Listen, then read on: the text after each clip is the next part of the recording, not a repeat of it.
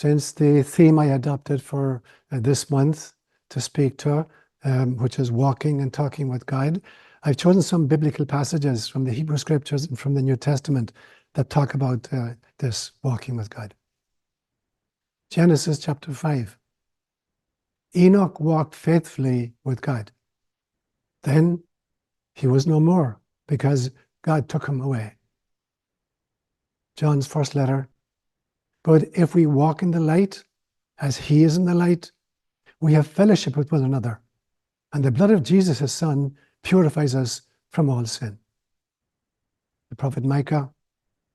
He has shown you, O mortal, what is good. And what does the Lord require of you? To act justly, to love mercifully, and to walk humbly with your God. Psalm 119. For your word is a lamp for my feet, a light on my path. And from Proverbs, trust in the Lord with all your heart, and lean not on your own understanding. In all your ways submit to him, and he will make your path straight. Paul's second letter to the Corinthians, for we walk by faith, not by sight. Psalm 23, even though I walk through the darkest valley, I will fear no evil, for you are with me. Your rod and your staff, they comfort me. In Paul's letter to the Galatians, so I say, walk by the Spirit, and you will not gratify the desires of the flesh. And from the Epistle to the Ephesians, and walk in the way of love, just as Christ loved us and gave himself up for us as a fragrant offering and sacrifice to God.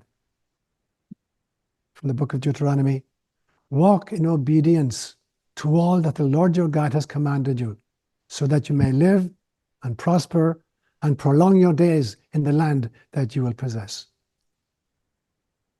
John chapter 8.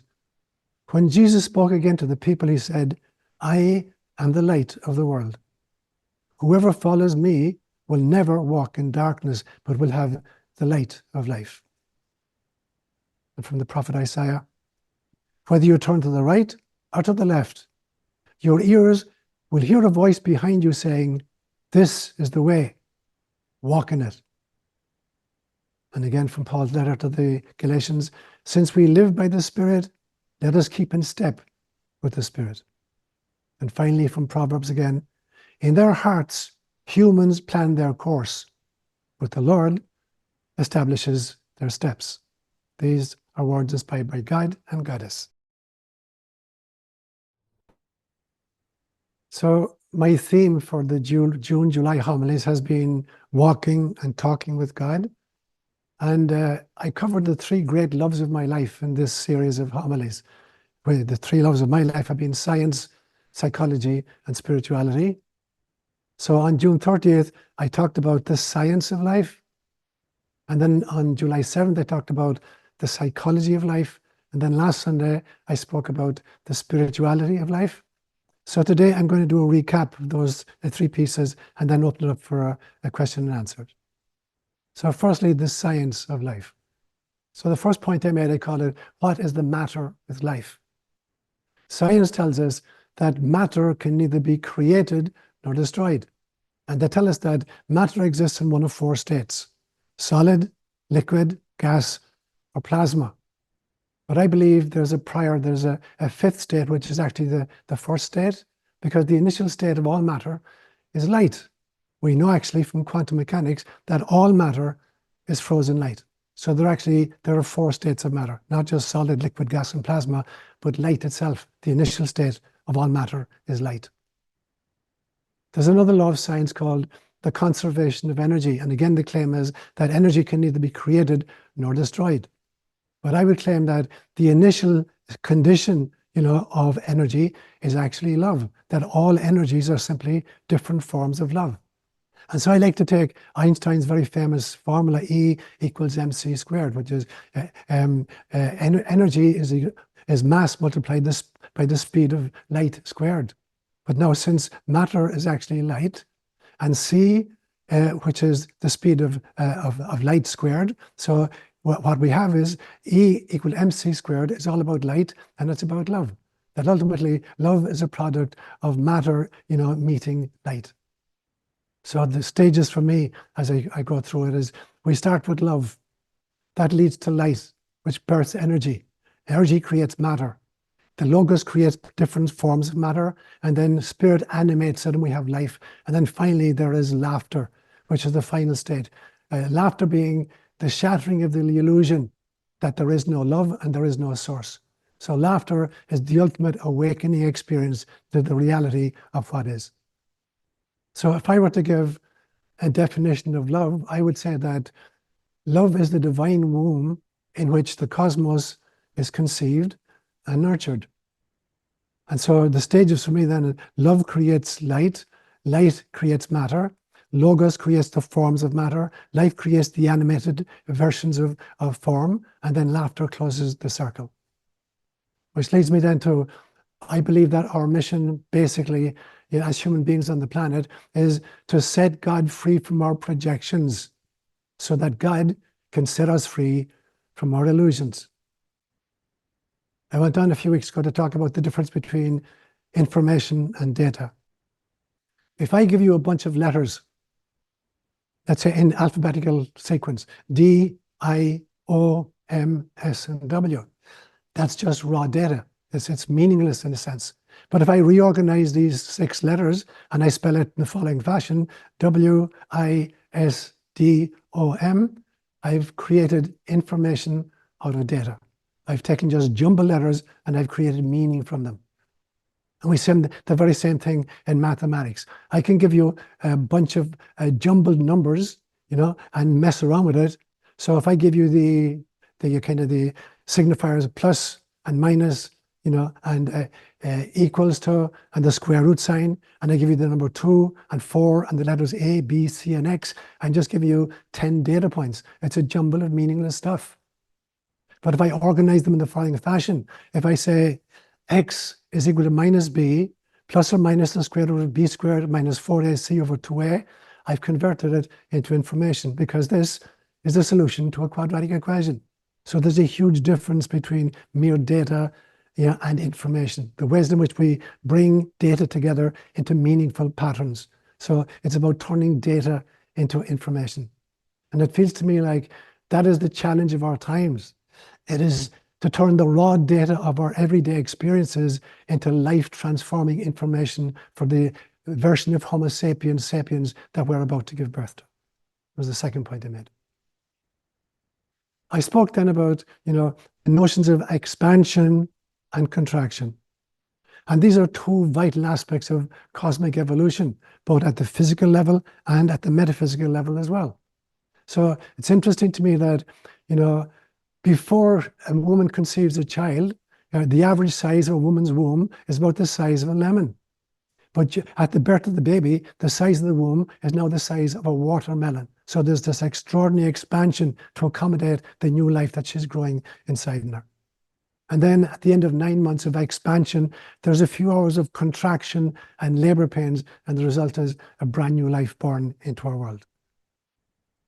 Now, like a mother who has borne many children, it seems to me that the cosmos itself has experienced this extraordinary expansion and contraction many times, again and again and again. So the first great expansion is called the Big Bang. It's moving off, creating time and space, and continue to expand. But at some stages now, that matter which was being pushed out into the universe, it begins to contract. And so stars and planetary systems and even galaxies themselves are the result of this contraction, gravitational forces bringing discrete elements together to create stars and planets and galaxies. And that pertained for about maybe 5 billion years. And then the early stars began to go supernova. So now there's a second expansion, and it's blowing its stuff, its constituent matter, out into the universe. And that created the next version of the cosmos. So our star is a second generation star. So it was the stuff that got scattered in the supernovas, and then gravitational forces brought it back in, and now we have our solar system and the planets in attendance. I look at planet Earth itself, and I see the very same thing happen. You have the expansion and contraction. And so in 4.6 billion years of Earth life, There have been great extinctions, extraordinary contractions. When 80, 90% of life forms on the earth went extinct, an extraordinary contraction, and then it's followed immediately by extraordinary millions of new kinds of species. So there's the contraction, expansion on planet Earth itself. And I see the very same thing when I study mythology and human history, this expansion and contraction. You look at the expansion of extraordinary civilizations like Lemuria, and then the contraction in some kind of a global flood or war. And then subsequently, there's the expansion into Atlantis, and then Atlantis itself constricts, and then it gives birth to other civilizations. Now, I believe that recently we've entered a really painful series of contractions, and it's scary and divisive. But our job is to become fathers and mothers and doulas and midwives for this delivery. We must become what I've called warriors on the way, because the Homo sapiens sapiens is trifurcating at this stage of evolution. One line of it is going to be what I call Homo sociopathicus, a cabal, an elite group who just regard the rest of us as resources to be controlled. And then they're creating a second version, which I call Homo artificialis, trying to make transhuman robots who are hackable and answerable only to them. And the third group that I call Homo spiritualis, people who are waking up to their own divinity and the divinity of all others that exist. Now, I believe that both as a species and also as individuals, we revisit the same issues again and again and again. And those who do not learn from history are destined to repeat it. Now, the question for me becomes then, is our evolution, is it linear? Is it a straight line? Or do we go around in circles? Are we stuck in a rut? Are we just going round and round and round chasing our tails? Or even worse, are we stuck in a rut and we can't get out of it, like a needle stuck in a gramophone? Now, I believe that when we learn from the past, the circle and the rut become a spiral. So a spiral goes around, but every time we meet the same kind of issue, we deal with it more and more adroitly. So it is some kind of a circle. It is some kind of a cycle, but it's a spiral. And I look at the universe itself, and I look at spiral galaxies are the master choreographers of the cosmos. And it's from those that we meant to take our lead. So I believe then that the dance of life must be an asymptotic spiral. In mathematics, an asymptote means that there's more and more change happening in shorter and shorter timelines until finally there's an infinite amount of change in zero time. And science will call this a singularity. So in some senses, the Big Bang was the first singularity. You had infinite change in no time. In fact, the Big Bang created the concept of time and space. So it's like we need to become whirling dervishes to create the next singularity, spiraling us from Homo sapiens sapiens to Homo spiritualis. I picked up then the second Sunday on the notion of the psychology of life. And I built my thesis on what Stan Grof called the 4 perinatal matrices. Stanislav Grof was a Czechoslovakian psychiatrist, a brilliant guy, still alive, I believe, who experimented initially with LSD research before it was banned in Czechoslovakia, and then came to this country and was working, as a psychiatrist, experimenting again with LSD. Then it got banned, and he created a new system called a special kind of a breathing technique, hyperventilation, controlled in research conditions. And what he found from working with tens of thousands of people, who had altered states of consciousness in some modality, he talked about the 4 perinatal matrices. Perinatal means that which happens around the time of birth, before and after birth. So he believed that there were 4 matrices that corresponded with subsequent neurotic behavior in adults. And the first matrix is the womb itself, being in the womb. Is the womb experience a good experience or a bad experience for the baby in utero? So is the mother on drugs? Is she subject to violence? Is she taking care of her diet? How is she treating her pregnancy? So it can be a good experience or a bad experience in the womb. The second level, second matrix is called the contractions. Now, the cervix is closed, but the contractions have begun, and there's no way out for the baby, and the baby is freaking out. The ceiling's coming down, the floor is coming up, and the walls are coming in, and the cervix is still closed, so there's no way out. So imagine what it feels like for the child at that stage. The third matrix he called the birth canal. Now the cervix has opened, but there's this titanic struggle to exit through the birth canal. And in some times it can go anywhere from 2 hours of labor to actually 24, or even I've seen evidence in Kenya when I was there, 36 hours of labor. So that's really freaky for the child as well as the mother. And then the fourth stage he called the birth itself. Now the child is out, the cord is cut, and now the child is subject to bright light and loud noises and cold. Now, Groff believed in working with thousands of clients that difficulties at any or all stages of birthing, correlate with specific forms of adult neurosis. So just to step through them very quickly. In the womb, is there a good womb or a bad womb experience? So stress hormones from our mothers might create anxiety for the child, and nurturing hormones would create pleasant feelings. So it could be a good womb experience or a bad womb experience. And then once the contractions begin and the cervix is still closed, this can be a very scary experience. And people in later life who are traumatized at this point in their birth may feel claustrophobia or existential angst or depression or feelings of terror or other kinds of negative consequences. Stage number 3, now the cervix is open and the birthing has begun.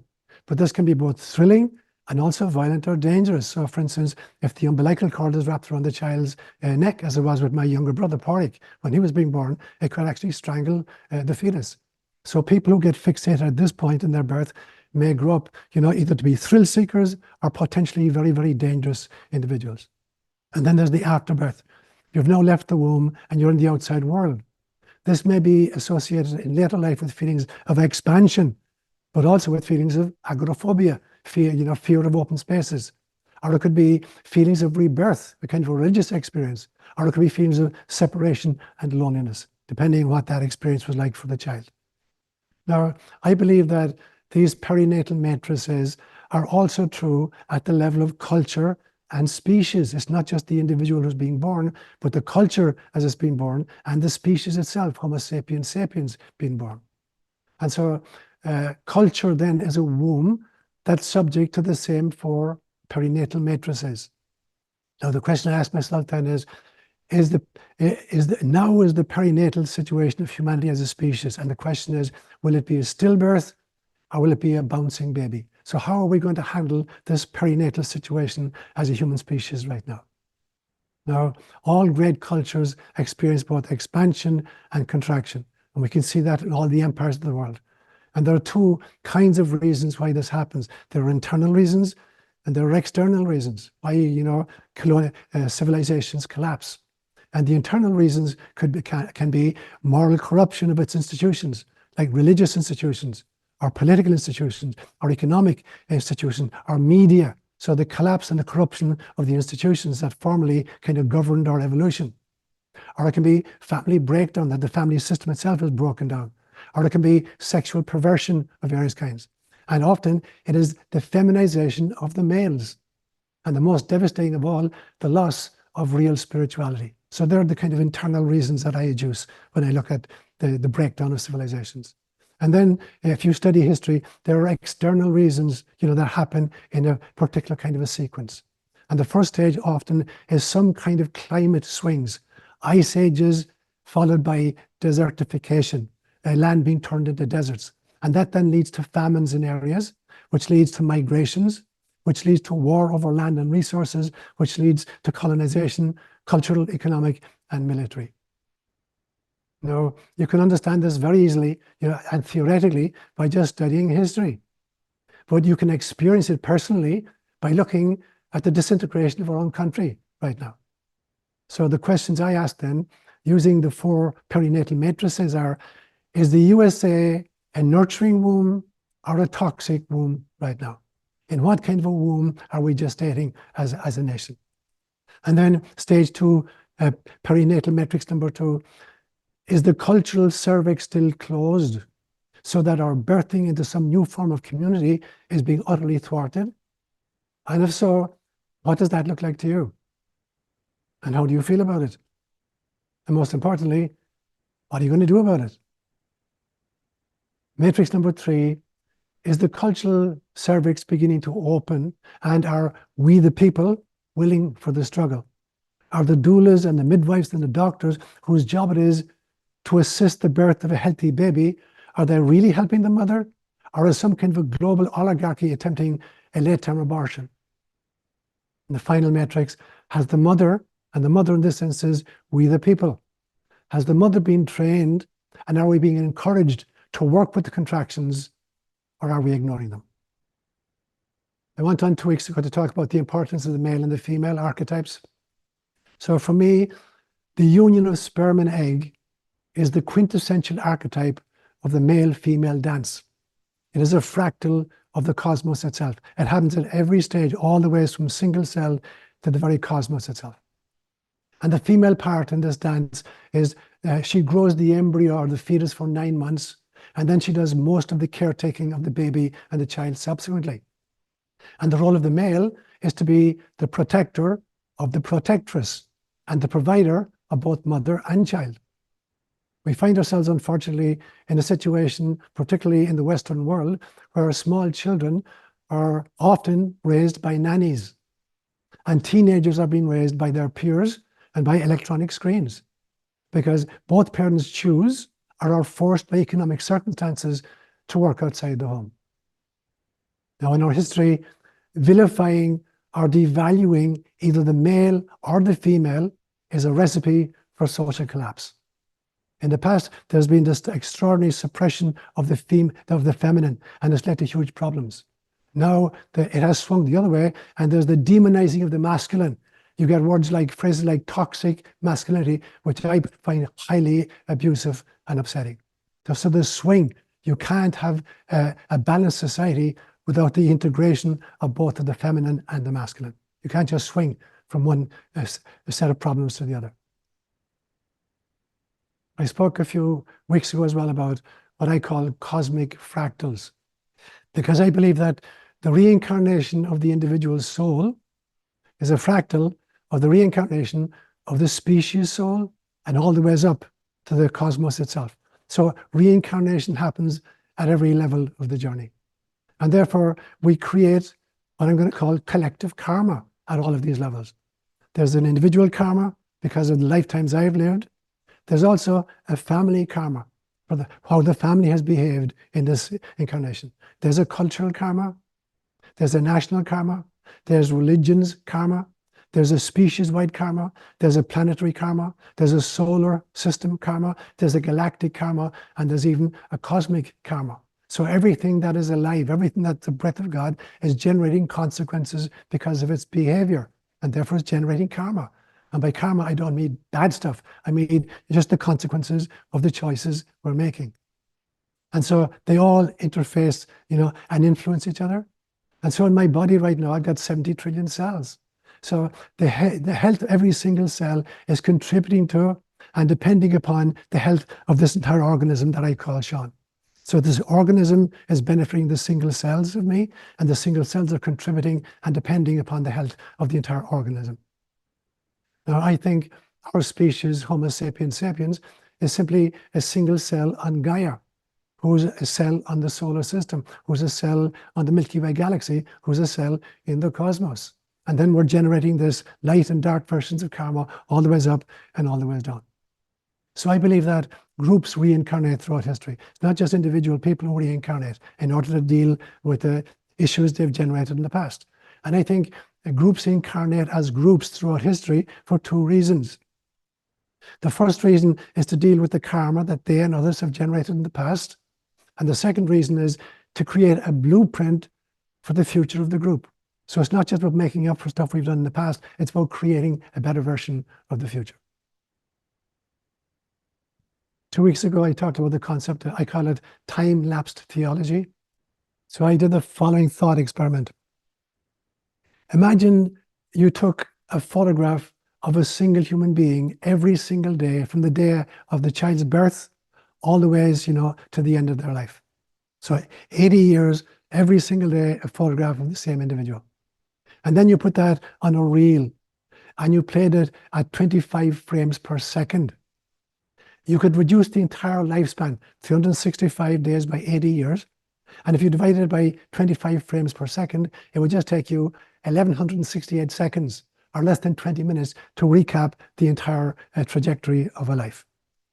Now, that would very quickly show the entire trajectory of the evolution of your life. The problem is this, that we only see this movie in slow motion. We see it, year after year after year, decade after decade after decade. It's like watching grass grow. So that's the first problem we have with it, because it's slowed down so much, we don't actually see the consequences of previous decisions. And the second problem is we don't factor in reincarnation. It's like a child in grade school thinking that only grade school exists, and at the end of grade school, there's no education possible subsequently. So we have to factor in reincarnation, that we as individuals and we as cultures have been here many, many, many times. So we have to look, in fact, at the entire trajectory of all of these lifetimes. So I did a second kind of mental experiment. Imagine you could take a single photographic snapshot of each of your incarnations, just one photograph of each incarnation over the span of the age of the universe. The universe is 13.6 billion years of age. And imagine that you incarnate just once every 1,000 years. Then if you took one photograph per incarnation, that would give you 13.6 million incarnations. I know you played that tape at 25 frames per second, and it would just take you 151 hours, less than 1 week, to recap the entire trajectory of your evolutionary reincarnational process. Then you'd have a totally different idea of who you are and why you're here. And so then you'd have to understand the concept of now very differently. So for me, there's two versions of the now. The first version of now is kind of this fleeting present moment, which can actually be only experienced in the rear view mirror of a fleeting Planck length time. The Planck length time is the shortest possible measurable distance. It is 10 to the power of minus 43 seconds. In actual fact, you can't have an experience in the now because you're looking into a rear view mirror. And so that's one version of the now. But there's a second version, and that is, I call it the eternal present, which archives all of the actual past as well as all of the possible futures. That is the real meaning of now. That is the eternal present that contains all of the Akashic records and all of the possible futures. So learning to live in the eternal now is the most creative and the most healing gift we can offer to our times, to our species, and to our planets. And that's having an accurate understanding of the past and having a really healing vision for our future. That is how we grow our planet. Then finally, last Sunday, I talked about the spirituality of life. And I talked about a series of visions I had in September last year, 2023. And the first part of the vision was just with the realization that there is only God, that everything that exists, in fact, is simply a holographic fractal of source. And then the second stage is what the Hebrew mysticism will call netzotzim, that God self-fractures into fires of various kinds, sparks of the divine. They call netzotzim. So there's sparks created, and now we call these souls. And then the next stage of this vision, I saw that the souls and source got together and they decided to have fun. They decided, let's create something. Let's be co-creators. Let's create a multi-dimensional cosmos. And so God and all these souls created this extraordinary cosmos in which we find ourselves. And they're delighted with their handiwork. But they are simply kind of observers of their own handiwork. So at some stage they decide, what would happen if we became, instead of just being observers, if we become kind of participants in this? If we could immerse ourselves in various levels of deeper, darker densities, so that what cultural anthropology will call participant observers, that we're not just watching from the outside, but that we're doing what Buddhism will call turiyatita, one foot in participation and the other foot in witnessing, not identifying with incarnation, but participating fully in it, at the same time observing the fact that it's an eternal soul having this experience.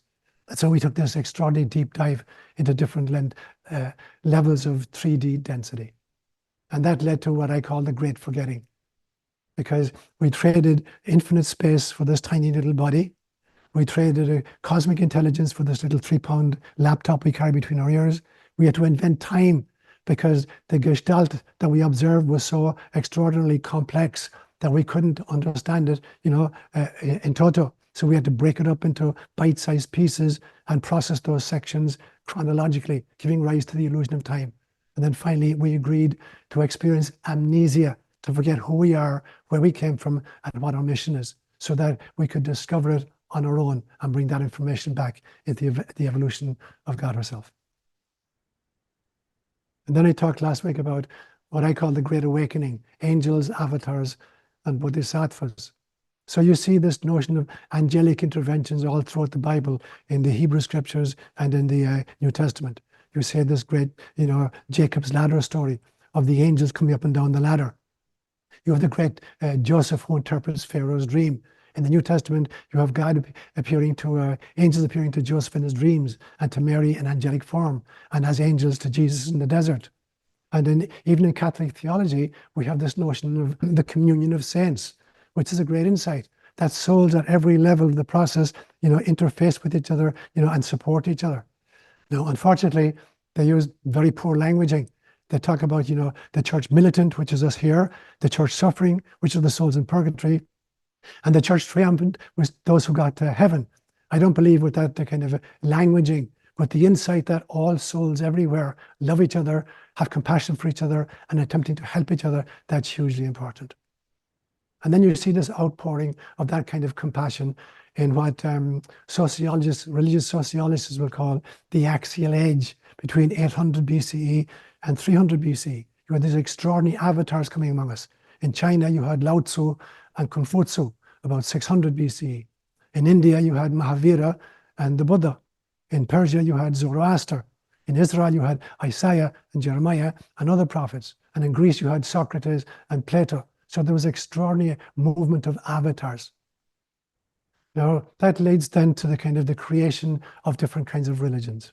So I want to talk about the notion of don't abandon Mother Earth. When you look at all of the religions on the planet, and there are about 7,000 different religions on the planet right now, you can basically divide them into two groupings: ascending religions and descending religions. And here's how you kind of understand which is which. The ascending religions tend to be much more male-dominated. They're heaven-based. The focus is on God's transcendence, and the focus is on the soul and the belief system that the body is actually a trap, a Gnostic trap. And this tends to be the version you find in the monotheistic religions and in Hinduism and in Buddhism. It's about getting off the wheel of karma.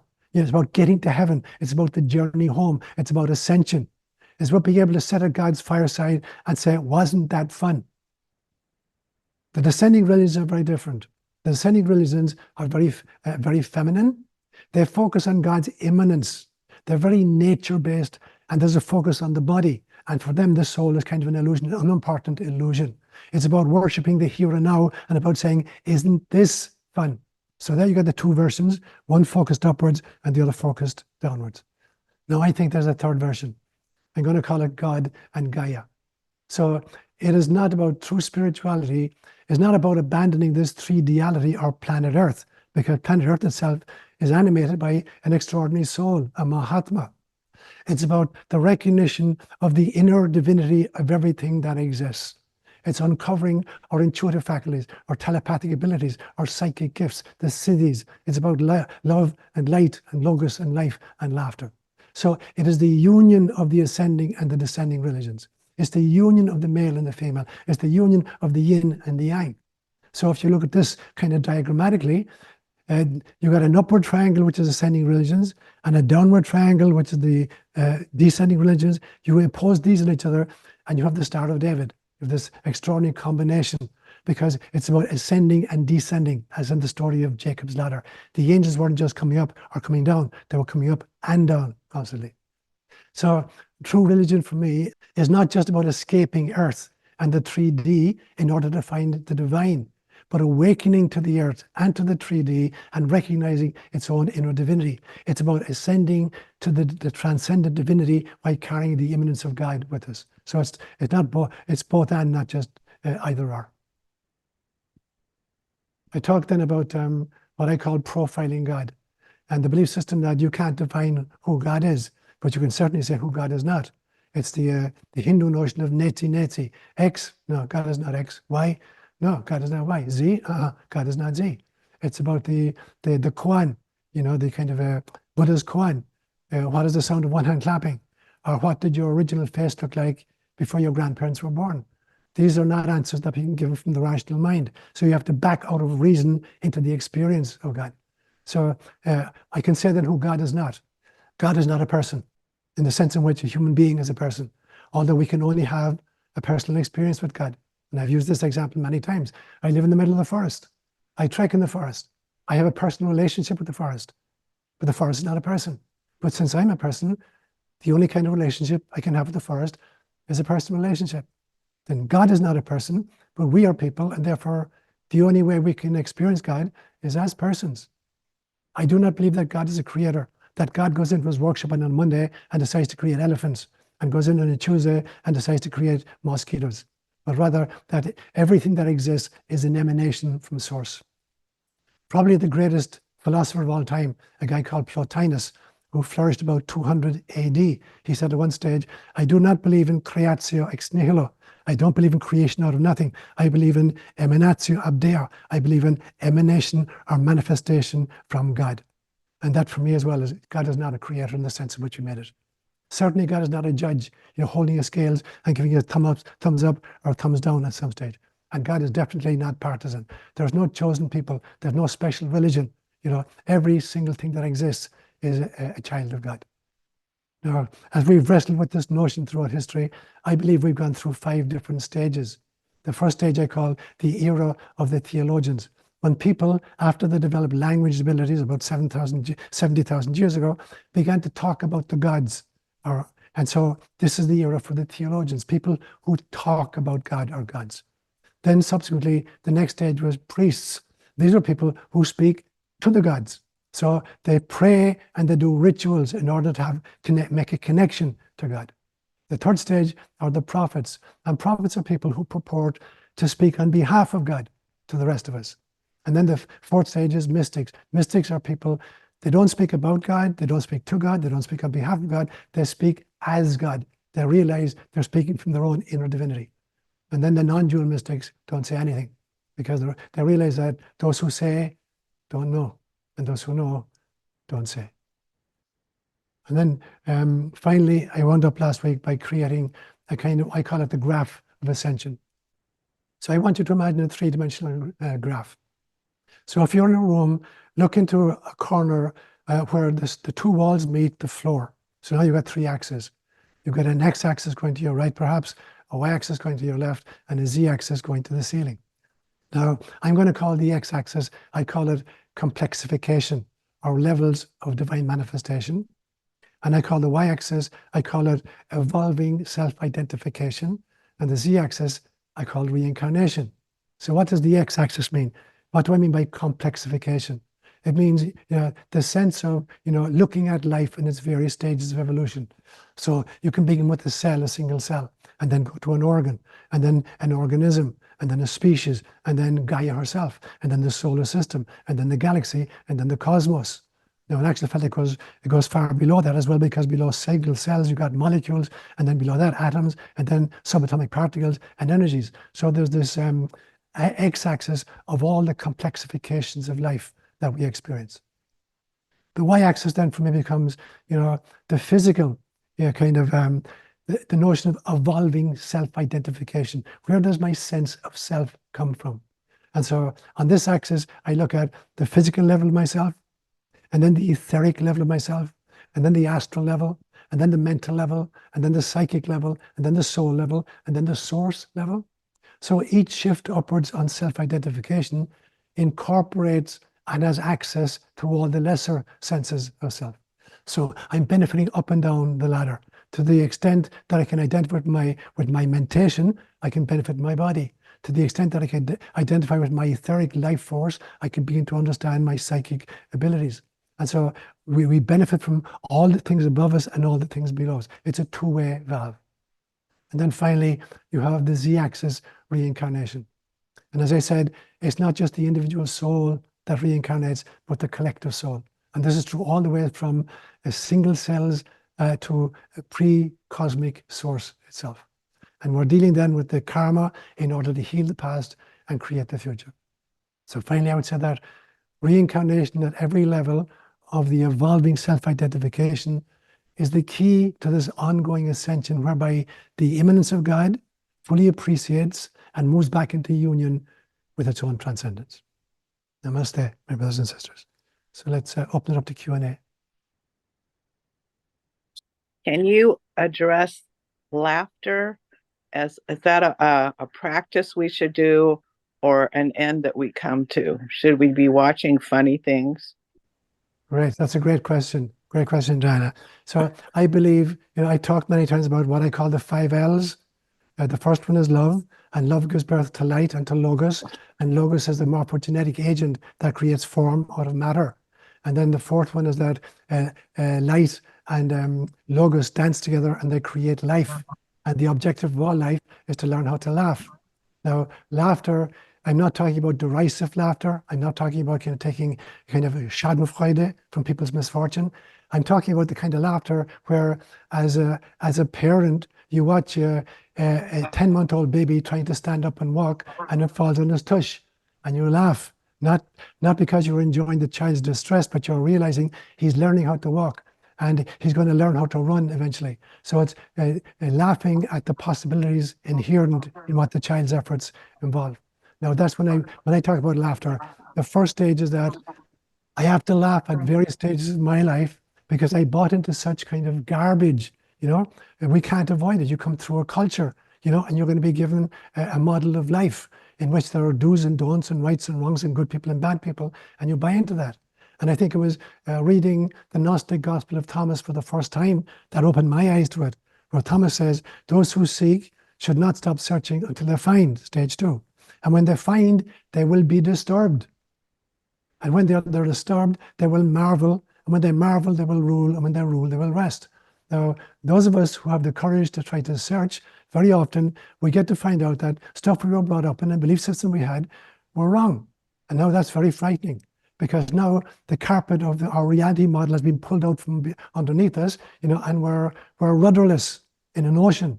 And so most of us want to run back again to Mother Church and tie ourselves to our apron strings. And there's plenty of kind of patriarchal bishops who are happy to pull us back in and lecture us. And so having the courage to fail kind of the discomfort of the search, and realizing the laughter then as you marvel because you realize, I'm free for the first time ever. I'm free to pursue the divine within everybody, including myself. And then means that I'm going to rule, not that I have control over others, but that I have control over my own safari. And then I can rest in the sense that now I know my GPS is kind of, the destination point is God and awakening. So I'm going to laugh at the fact that I've been wrong so often. And then I'm going to laugh at, at the world as it begins to wake up. I'm laughing with joy when I see people waking up in various ways and realizing that, you can't solve the world's problems if you eschew spirituality. And so I see more and more people waking up to realization all across the political spectrum, people waking up to the fact you can't just kind of reform political systems or economic models or educational systems or Hollywood. You can't reform these systems. You have to kind of have the courage to let go of the old, and to laugh at the possibilities of the new. So anything that makes you laugh, as long as there's not somebody is not the butt of the joke, as long as it's making your heart sing, laughter is the first sign of awakening, as far as I'm concerned. An interview I saw recently with Lee Harris on Alex Ferreira's show, and he was talking about how many of us are going through a really, really difficult time right now. And when I listened to this speaking you just did, I realized that before birth there's death, and then there's birth, and then there's death.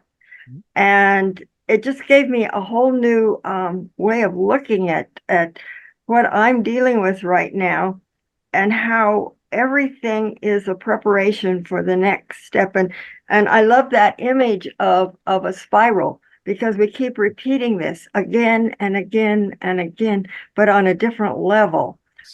Thanks, Marty. So you mentioned some really important stuff, that literally the pulse of creation is contraction, expansion. That's the actual pulse. You listen to your pulse, beat, pressure up and down.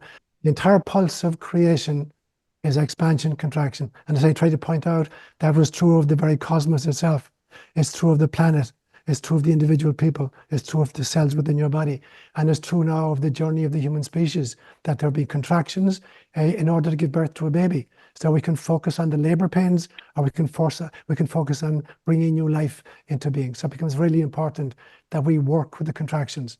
If you've ever had the privilege of attending at a birth, which I've had on a few occasions, you know, again and again, the doula or the midwife are going to say to the mother in labor, you know, don't try to push when the contractions aren't happening, you know, and when the contractions do happen, work with them. So we have to kind of read the signs of the time and realize when is it appropriate to push and when is it appropriate to kind of relax a little bit. So having the ability to see that we're actually birthing a new baby and looking for the signs of the times, when to push and when to relax. When you spoke about the dance of the spiral, I'm always in a state of awe at the marriage between everything that you speak and the work of the Divine Mother work that I do, because we actually embody the spiral. And we talk about, you know, our patterns and our stories. We never really get rid of them, but we can, you know, we can help them ascend. We can move this life force through it, and we can grow and we can learn from it, right? And so we have a practice of embodying the spiral and moving it up through the body. And also, we also have a practice of expansion and contraction. So kind of embodying that so that we can, I don't know, I can't even really put it all into words, but thank you for mentioning all that you mentioned around the dance of the spiral. And so for me, that's a great image. That's a great image, Andrea, because there's something really special about the feminine form, literally the physical feminine form. Yes. Particularly when I see it dressed in long flowing gowns, dancing, and the entire kind of everything is swirling around. For me, it's like I'm watching a spiral galaxy incarnated as a human woman. And so that's the energy that the feminine brings to the dance, and it is hugely important. So we take that metaphor and begin to apply it to all human versions. You know, the life journey is an art form. It really is a dance. There's a science to life, but there's an art to life as well. And we capture this in our music, we capture it in dance, we capture it in kind of sculpting. And so looking to the various ways in which this spiral dance has been articulated and metamorphized is very, very important. And so for me, that dance figure of the flowing garments of a woman in motion, you know, for me is like, that's like the ultimate kind of image of evolution. Seán, when you spoke of the Gnostic Gospels, in particular Thomas, and those who seek should search until they find, and when they find, they will be disturbed. Within my family and my friends and people I work with, when they get curious about the spiritual path, which begins with seeking, and then at the point where they get disturbed, suddenly it seems like they're overcome with fear, and they go back, like you said, to the patriarchal bishops. Yeah. And for example, in my family has made the decision to not have her children receive the sacraments. We're all Catholic, Roman Catholic, Irish Roman Catholic, however you want to, which I support 100%. Now, on the other side, Mom, she sees the hypocrisy and some of the nonsense of organized religion, got really upset about not christening, for example. So because what if they're right? They think like, what if what we were taught when we were children, and even grown adults who still believe, and I have nothing against that. That's their faith, that's their business. But she took her over to the kitchen sink and baptized her, just in case they're right, because she didn't want her to end up in purgatory. And so how do we, without being forceful, how can we gently encourage those people to continue to seek, even though they might be disturbed, so that they can marvel, and then they can reign, and then that they can rest? You know, and I'm aware we can't force people into that, but maybe somehow there's a way we can encourage it a little bit gently. It's a great question. So for me, when I think about this, I think about what I call the 5 levels of compassion.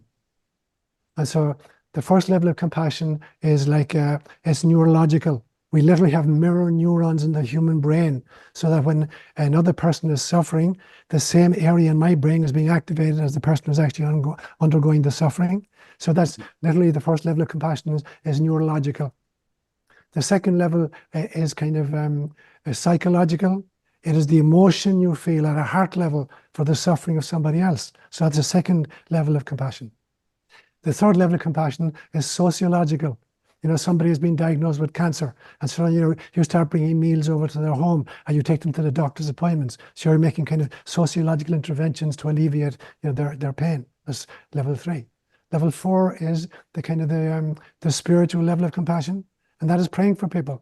That literally energy is really, really powerful. That you're putting out not the energy of conversion, but the energy of love, so that love will do in its way at its own time, you know, what needs to happen in this person's life. So praying for people.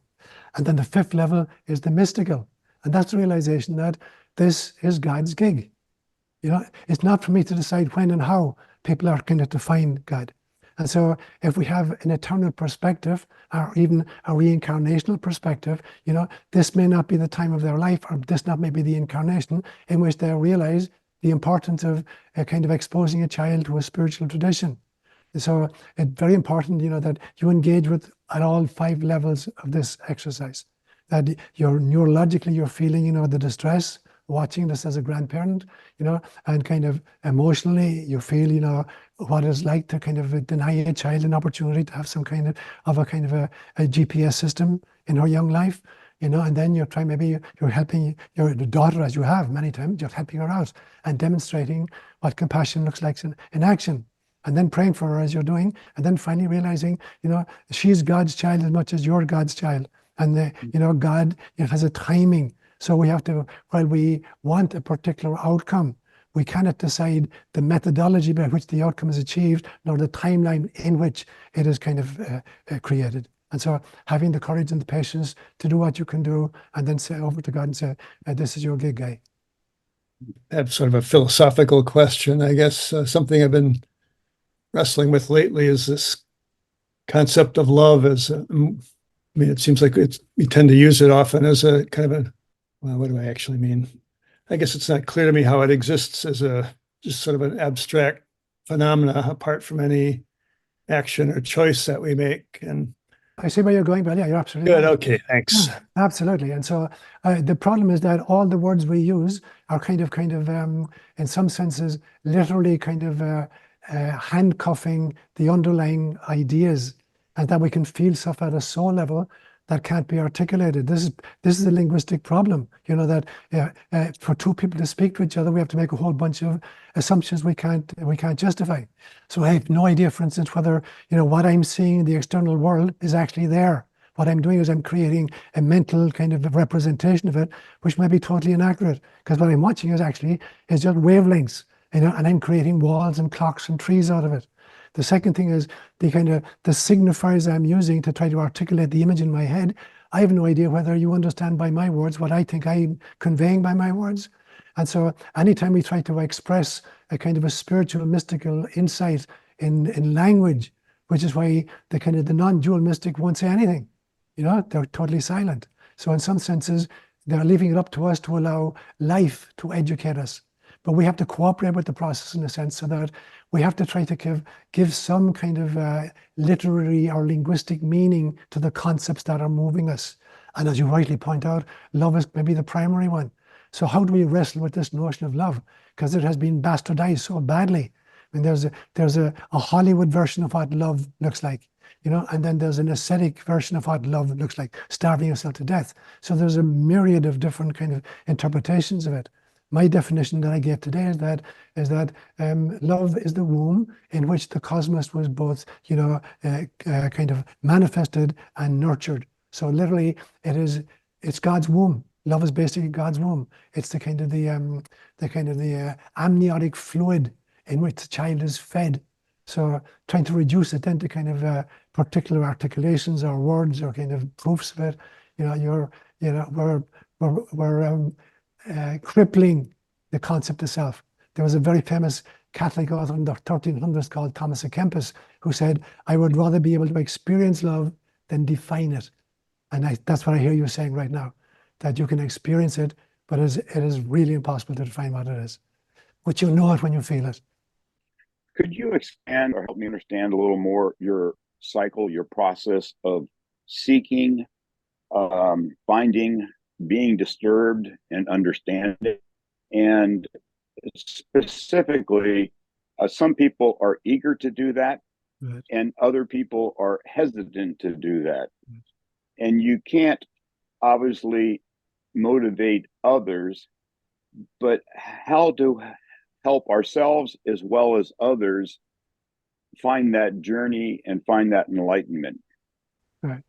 Great questions, John. So the series are this. And when you look through the synoptic gospels, there's a kind of a real watered down version of this, where you find it says, ask and you shall receive, seek and you shall find, knock and the door will be open to you. That's the kind of the synoptic gospel version of what Christ's teaching. But when it comes to Thomas, and Thomas in some senses may be a twin. The word Thomas Didymus is the name that's given to him as the Greek and Hebrew for a twin. So in some people believe that he was actually a twin of Jesus, who then went to India and Christianized southern India, Kerala, people like that.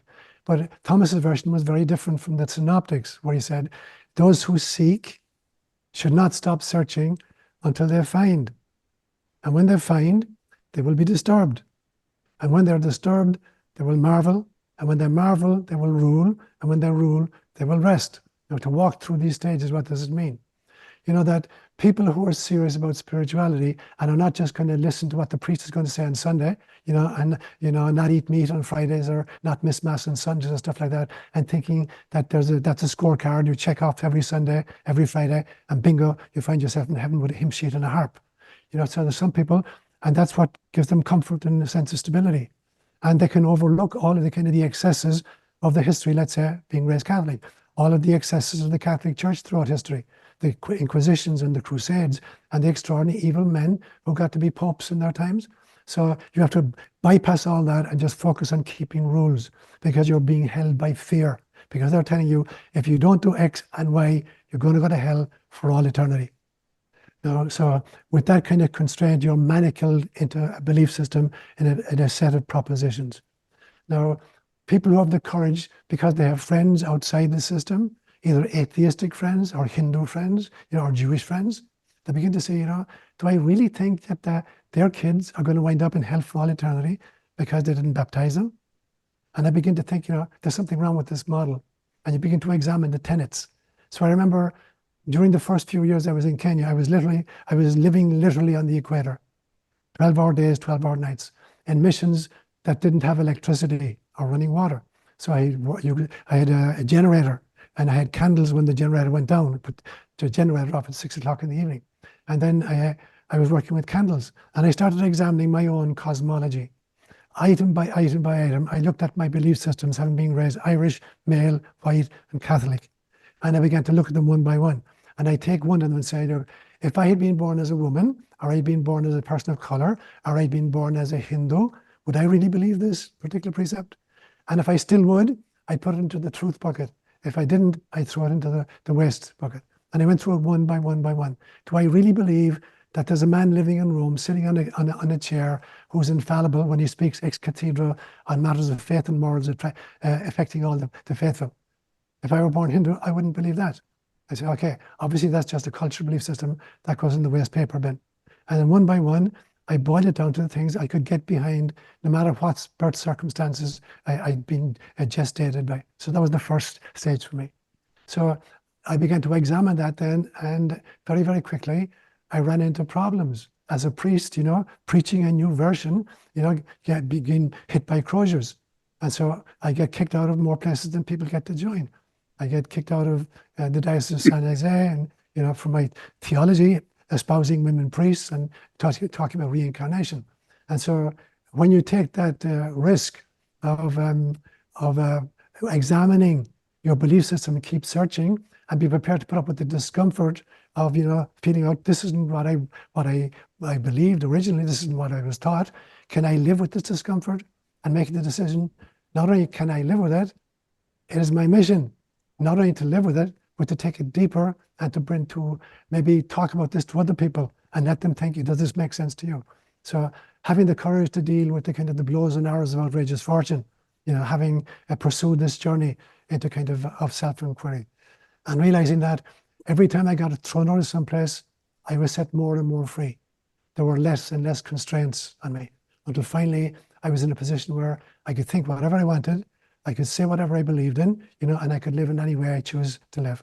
Always been trying to be guided by spirit, but not by the dictates of particular church councils. So living that example and then having the patience with other people to find their own way and their own time to get to someplace that's important to them, that's nearer to the truth and more liberating of them than the model in which they're still clinging.